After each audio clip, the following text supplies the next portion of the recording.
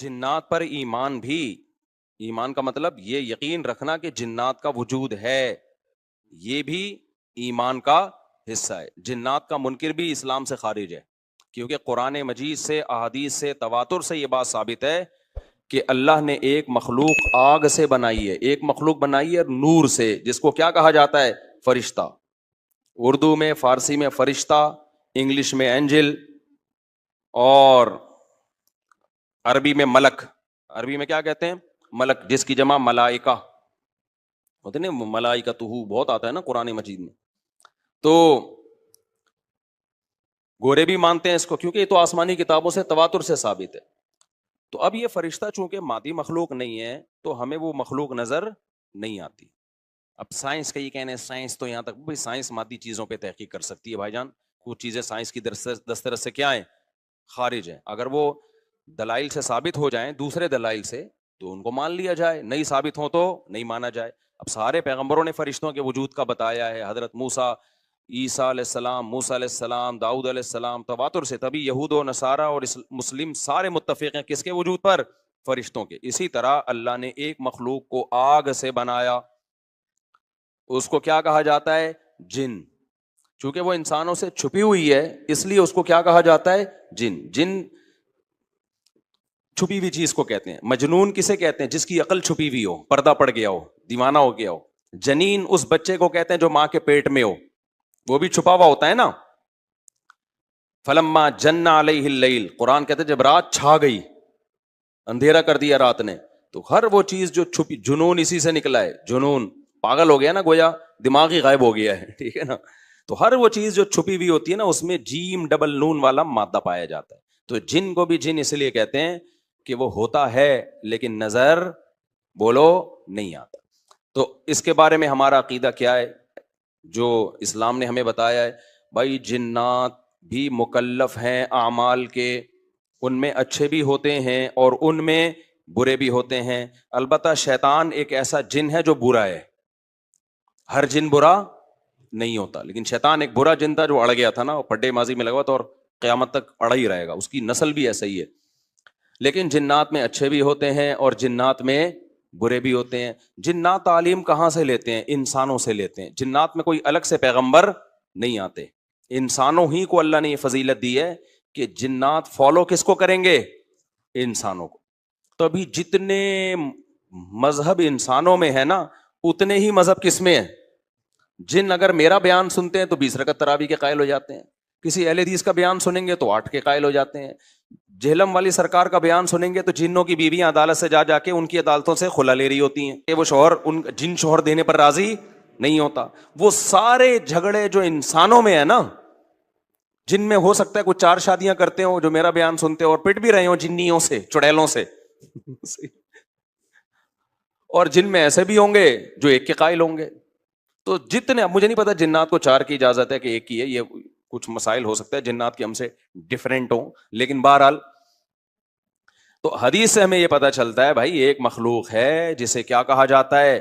جن کہا جاتا ہے۔ وہ ہے، اس کا وجود ہے، اور چونکہ وہ ہو سکتا ہے یہاں بھی کچھ جنات بیٹھے ہوئے ہوں، اگر وہ آپ کہیں وہ بیٹھے ہوئے کیوں؟ بھائی وہ کھڑے ہو گئے تو سب آپ لیٹے ہوئے ہوں گے پھر یہاں پہ، اس لیے ان کو بیٹھے ہی رہنے دو۔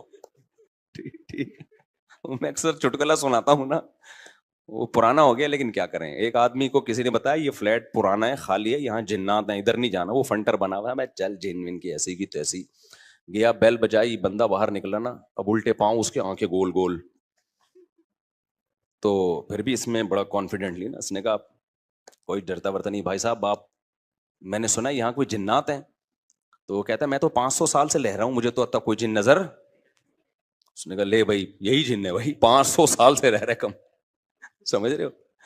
اچھا، تو جنات کی پیدائش انسانوں سے پہلے ہوئی ہے اور جنات کی تعداد بھی انسانوں سے زیادہ، کیونکہ قرآن میں ہے قد استکثرتم من الانس، اے جنات تمہاری تعداد تو انسانوں سے بھی زیادہ ہے۔ تو پتہ چلا جنات انسانوں سے بھی زیادہ ہیں۔ تو ان میں اچھے بھی ہوتے ہیں، برے بھی ہوتے ہیں، ہری پگڑی والے بھی ہوتے ہیں، سفید پگڑی والے بھی ہوتے ہیں، دیوبندی بھی، بریلوی بھی، قادیانی بھی، ہندو بھی، ہر طرح کے فرقے، کیونکہ یہ تعلیم کہاں سے لیتے ہیں؟ انسانوں سے۔ تو جتنے مولویوں کی جتنی قسمیں ہیں نا، سب سے زیادہ قسمیں تو پاکستان میں پائی جاتی ہیں۔ جتنی قسم کے مولوی ہیں جس ملک میں ہوں گے اتنے ہی قسم کے فرقے بھی اس ملک میں جنات میں بھی ہوں گے, کیونکہ یہ تعلیم کس سے لے رہے ہوتے ہیں, میں نے بتایا انسانوں سے. دوسرا, ان میں ایک مسئلہ ہے, ان میں شر کا عنصر خیر سے زیادہ غالب ہے. انسان کی جو نیچر ہے نا, انسان کی نیچر یہ ہے کہ انسان کی نیچر میں خیر زیادہ غالب ہے, شر مغلوب ہے. انسانوں میں اچھے بائی نیچر اچھے زیادہ ہوتے ہیں, برے کم. ہر انسان جھوٹ کو ناپسند کرتا ہے لیکن کچھ پھیکو بھی ہوتے ہیں.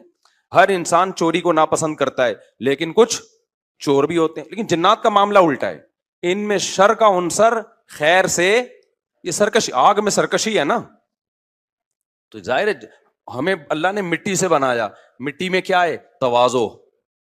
تو حق سن کے چپ ہو جانا چاہیے انسان کو. ہو جاتے ہیں ہاں, کچھ شیطان قسم کے ہوتے ہیں وہ چپ نہیں ہوتے, لیکن نارملی انسان کو جب صحیح بات پتہ چلتی ہے وہ کیا ہو جاتا ہے, چپ. مٹی ہے تو مٹی والی خاصیت اس میں ہے. جنات میں آگ سے بنے تو, اور آگ بھی شعلے مارتی ہوئی, تو اس لیے جنات کی طبیعت میں سرکشی زیادہ ہے. ایک بات یہ ہو گئی. دوسری بات کیا ہو گئی بھائی, جنات جو ہے نا, جنات یہ انسان سے زیادہ طاقتور ہوتے ہیں لیکن مرعوب ہوتے ہیں یہ انسان سے.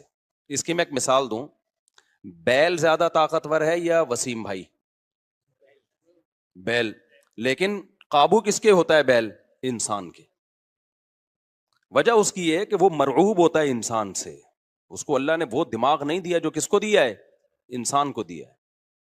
بیل کو جس دن پتا چل گیا نا کہ میں زیادہ پاورفل ہوں, تو کھوٹے کی جگہ آپ بندھے ہوئے ہوگے, بیل نہیں بندھا ہوا ہوگا. لیکن اللہ نے ایک روب رکھا ہے جانوروں پہ بھی انسان کا. گدھے کو دیکھو, چلتے رہو, وہ منہ نیچے کر کے لوڈ اٹھا کے چلتا رہے گا. اس کو احساس ہی نہیں ہوتا کہ میری ایک لات کا مار ہے یہ بندہ جو بیٹھا ہوا ہے نا میرے اوپر, تھوڑا سا یوں کیا اور ایک کھسکایا, اٹھا کے گرے گا. تو ایسے ہی خوب سمجھ لو, جنات انسانوں سے ڈرتے ہیں, نہ کہ انسان کو جنات سے ڈرنا چاہیے. جنات ڈرتے ہیں کس سے؟ انسان سے.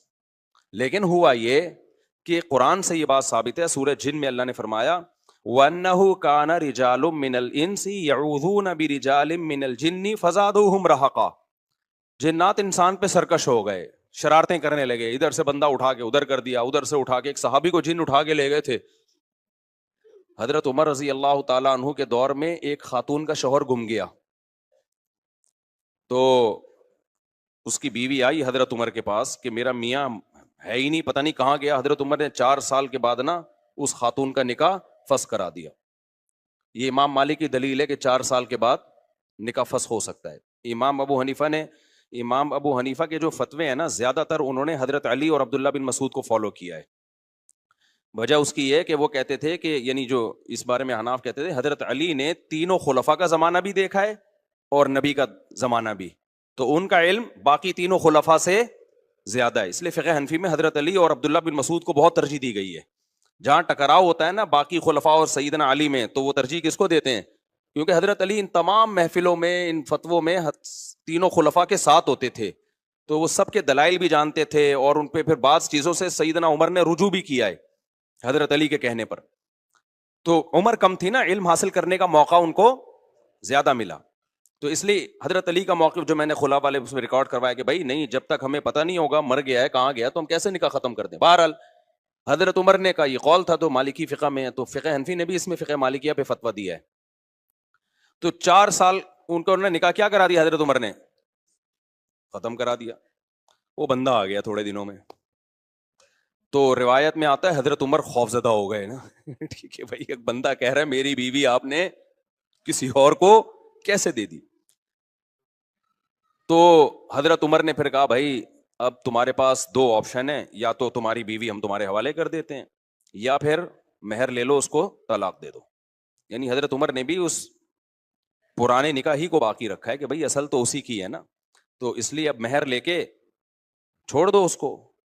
مقصد یہی ہوگا کہ ہم اس کا وہیں نکاح کرا دیتے ہیں. یا دوسرا آپشن یہ ہے کہ ٹھیک ہے بھائی اب تمہارے نے, اس نے کہا نہیں, اب ظاہر ہے اب کسی اور مرد کے پاس چلی گئی ہے, تو انسان کو اس میں غیرت بھی آتی ہے نا. انہوں نے کہا نہیں, میرا مہر مجھے واپس کر دیں, اب اسی کے ساتھ رہے. ٹھیک ہے نا. پھر حضرت عمر اس سے پوچھنے لگے ہوا کیا تھا, اس نے بتایا جن اٹھا کے لے گیا تھا مجھے. مصنف عبد الرزاق یا مصنف ابن ابی شیبہ کی روایت ہے یہ. جن اٹھا کے لے گیا تھا. تو بعض دفعہ ایسا ہوتا ہے کہ انسان کو جن بولو اغوا کر لیتا ہے. تو قرآن کیا کہتا ہے, لیکن آپ لوگ کے ساتھ نہیں ہوگا, خدا کا واسطہ جنات کو زیادہ لفٹ نہ کراؤ, پوری سیٹ اپ ہمارا برباد ہو گیا اس چکر میں. صحابہ میں بھی ایک واقعہ ہو گیا نا, یہ تھوڑی کہ ہر گھر میں جن یہ کر رہا ہے, دوسرے گھر میں جن وہ کر رہا ہے, تو تیسرے گھر میں جن نندوں کو لڑا رہا ہے, چوتھے گھر میں جن ساسوں کو لڑا رہا ہے. ہمارا تو پورا پروگرام یہیں سے شروع ہوتا ہے, یہیں پہ ختم ہوتا ہے. ایک آدھ سینکڑوں میں کوئی ہو سکتا ہے جن اٹھا کے لے جائے, پھر واپس بھی کر کے میرا خیال ہے دے گیا. اچھا, تو قرآن میں سورہ جن میں آتا ہے انہ کان رجال من الانس, جنات نے خود ہی یہ بات کہی کہ ہم سے انسان ڈرنے لگے اور ہم سے پناہ لینے لگے. یعوذون برجال من الجن, ہم جیسے اللہ کی پناہ میں آتے ہیں نا مصیبتوں سے بچنے کے لیے, اعوذ باللہ ہم کہتے ہیں اللہ میں تیری پناہ میں آتا ہوں. تو لوگوں نے کیا کیا تھا, مشرکین نے جنات کی پناہ میں آنا شروع کر دیا کہ جنات ہمیں مصیبتوں سے بچائیں گے.